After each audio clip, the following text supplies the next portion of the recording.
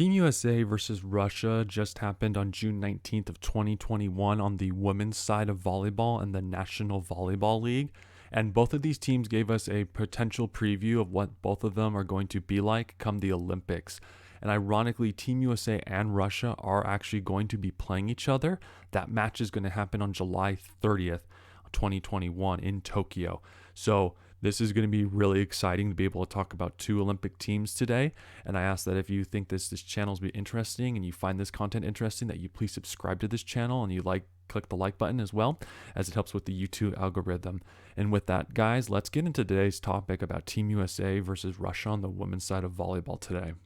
We're going to start with talking about Russia first before we get into Team USA. I have to say, I think Russia is going to be a very dark horse team in the Olympics. And the only reason I say that currently right now is that Russia did not look the best against Team USA when they were playing. And that has me a little bit concerned for Team USA, but we'll cover that more when we talk about Team USA and later on down in this video. But one thing that really stuck out with Russia in particular is that Russia was really struggling with their passing at times. Their passing for most of the match was around 50% of the time. So if you think about it, if you receive two serves from the same server, one ball would be a decent enough pass to be able to run an offense, and the other one was not a decent enough pass to run the offense. In fact, their passing was not so great at points that it was recorded in the second match that they had like a passing rate about 50, maybe about 55% at most at the highest. And when they were trying to figure out with the statistics to figure out who they were setting who and where, it was discovered at one point that they were spending about 47% of the time sending it to the pin hitter on the outside. And then 28% went to, 35% went to the right side.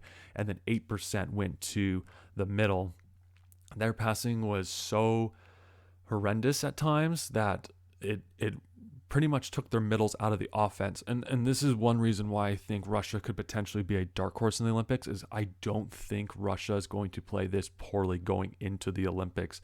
I think Russia is going to be looking through the film when the time comes and figuring out how they're going to beat Team USA. And I think Russia is going to come up with a much better game plan. I also don't think Russia's starting lineup was actually in the match either, which can be a little concerning for Team USA if you're a Team USA fan. But I do believe that Russia is going to become a dark horse, because the other thing too that became interesting to point out as well with Russia is that their defense was struggling at times as well against Team USA.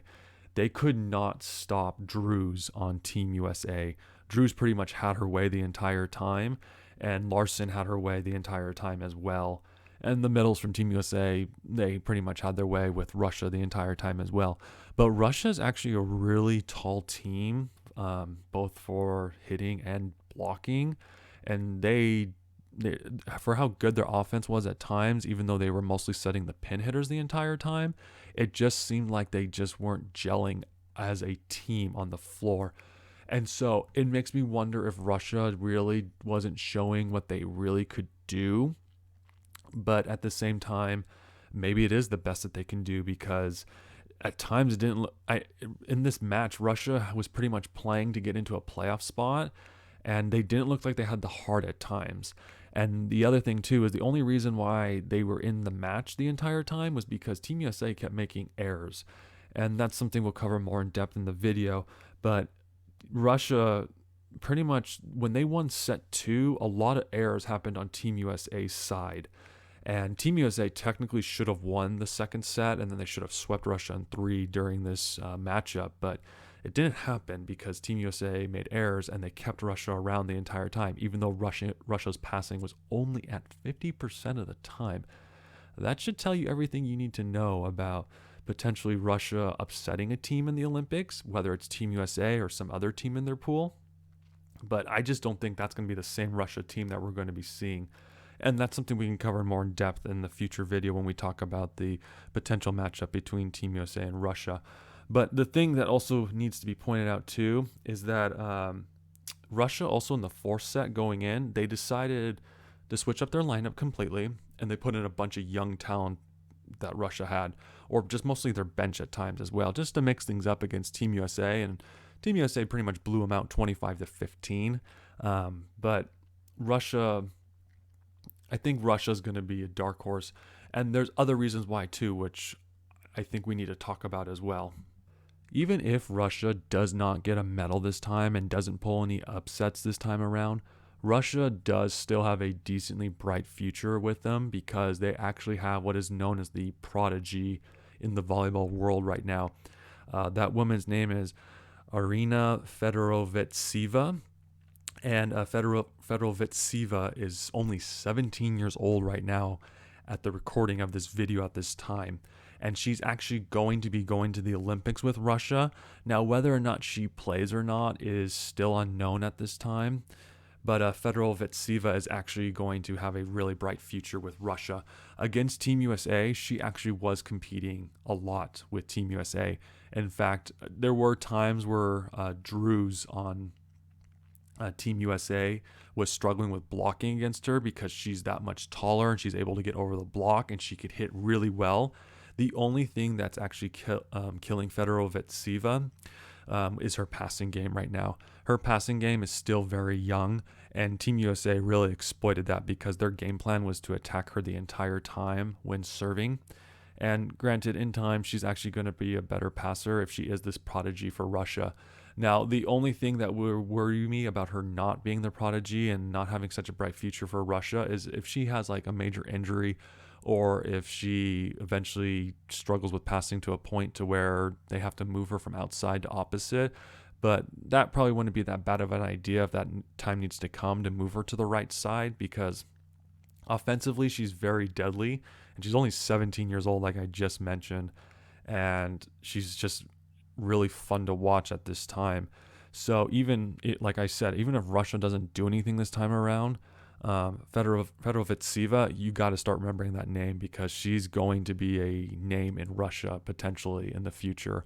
And like I said, she was competing with Team USA. A lot of Russia, even though I'm giving them somewhat of a hard time right now, Russia to me just didn't seem like they were competing at times, even though they were. But Fedorovitseva, she was competing the entire time with Team USA, even though she's only 17 years old. She's not even 18 yet, and that's pretty amazing to be competing with women on Team USA who are in their late or starting to be late 20s, maybe early 30s, maybe even younger or older based off the player on Team USA. But it just seemed like she could compete with them. So it was very impressive. So Russia, you have a very bright future with her on your team.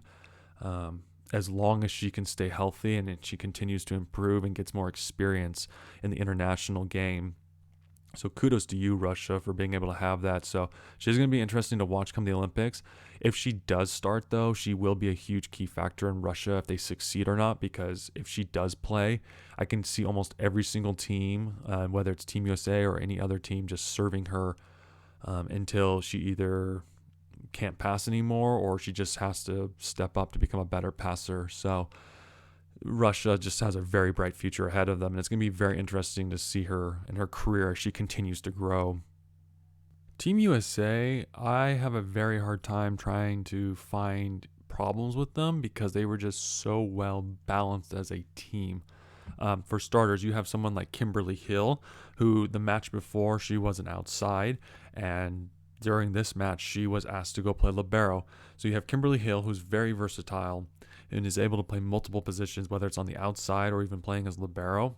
It does not matter because she's able to do it. In fact, in my honest opinion, Kimberly Hill needs to be starting a lot of these matches for Team USA just based off how valuable she is. And the thing is, too, is it's hard to determine which position to put her in, because if you put her as a libero, then you lose her hitting and blocking for defense. But if you put her in as an outside, then you could potentially get everything, but then you lose her potential defense as well, because Kimberly Hill is a player who, when she has to be a libero, she focuses 100% on her passing. And so Team USA is lucky to have that luxury of having a player who's that versatile. But at the same time, you have to figure out where you put Kimberly Hill in the offense, because I think Kimberly Hill needs to be starting at times. But also at the same time, you have players like Jordan Larson and Andrea Drews and Kelsey Robinson, and all three of those ladies actually balance each other out very, very well. In fact, with Jordan Larson and Kelsey Robinson as your two outside hitters, it's a very well balanced attack between the two of them. And then you throw Andrea Drews on top of that, and they just help oil the machine really, really well. And when you have three great pin hitters who can provide offense at any time, that's a recipe for disaster for any team going up against Team USA. And so just Team USA's depth just on the outside between those four right there. Kimberly Hill, who can play outside or libero at times, and then you have Jordan Larson, Andrea Drews, and Kelsey Robinson. It's a very, very good combination. In fact, for how well balanced Jordan Larson, Andrea Drews, and Kelsey Robinson were for hitting, Team USA had like a passing rate of about like 61% and during one of the sets. And during that set, they ended up setting the right side about 40% of the time. 33% of the time went to the outsides, and 27% went to the middles. And so you can't argue that Team USA is relying too much on those pin hitters when they're a very well balanced attack, because they're, like I said, their passing rate was in the 60 percentile.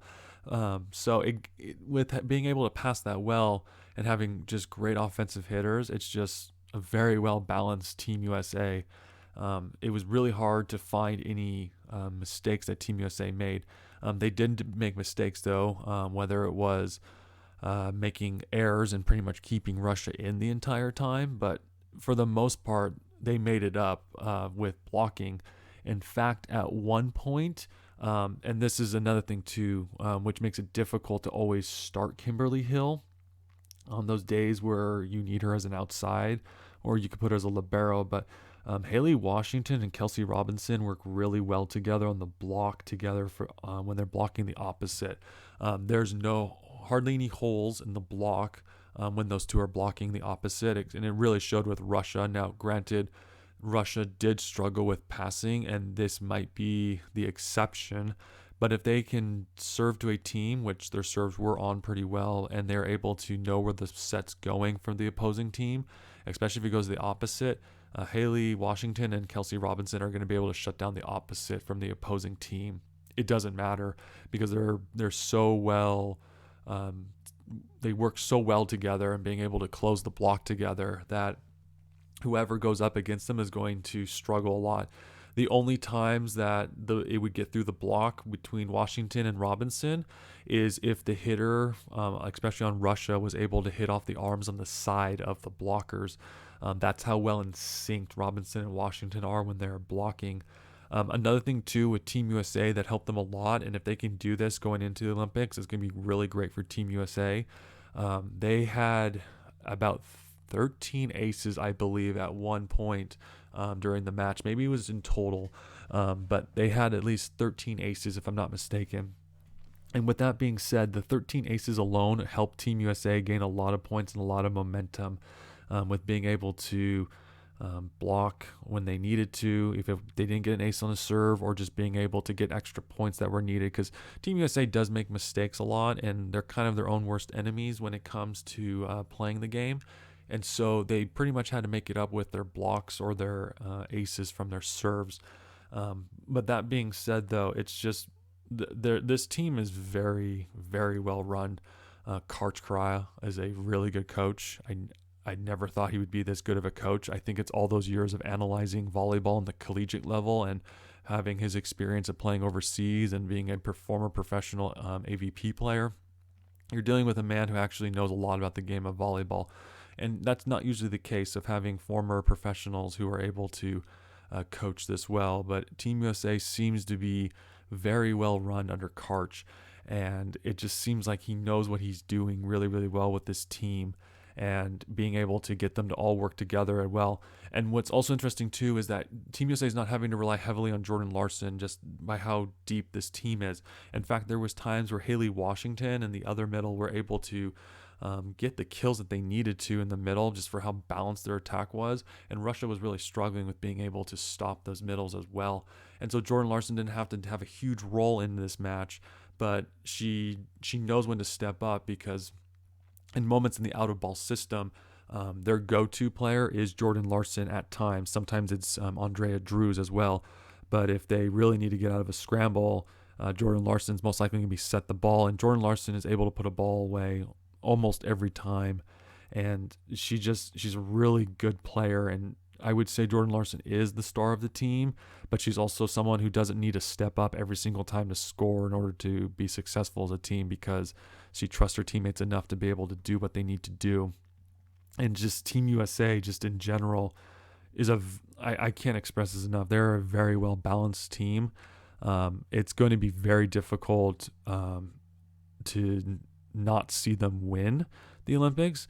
Granted, there could be things that happen, injuries or the dark horses of the Olympics that could potentially happen. But and we'll probably cover this more in a video going forward, but I don't see how Team USA is going to fall in the Olympics just for how well balanced this team is, and especially against Russia.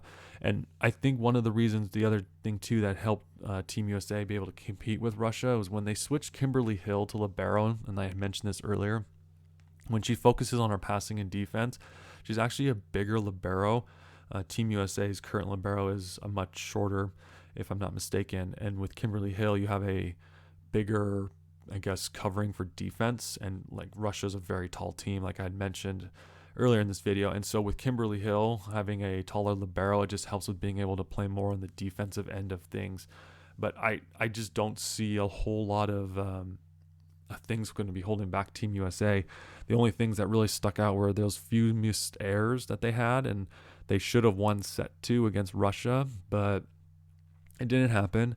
And they do struggle with setter dumps, but setter dumps don't happen that often in the game. It's not like a setter's going to be dumping almost every play.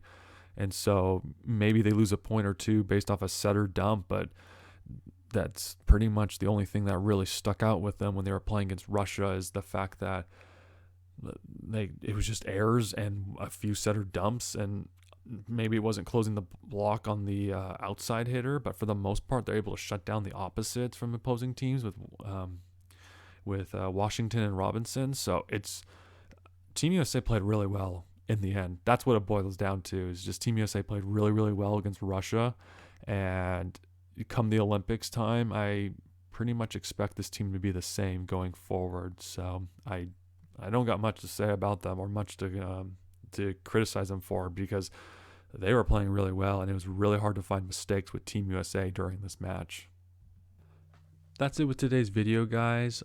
Like I said, July 30th can't come any sooner because I expect this to be a very interesting match going forward. I expect a different Russia team going forward, and hopefully Team USA can keep playing at this high intensity level that they're currently playing at, because if both of these teams can play at a high level, this is going to be a really fun pool match to watch in the Olympics on July 30th.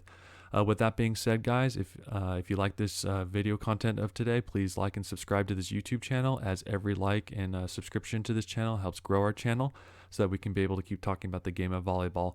With that being said today, guys, thank you for taking your time out of your day to listen to this video. And with that, thank you and goodbye.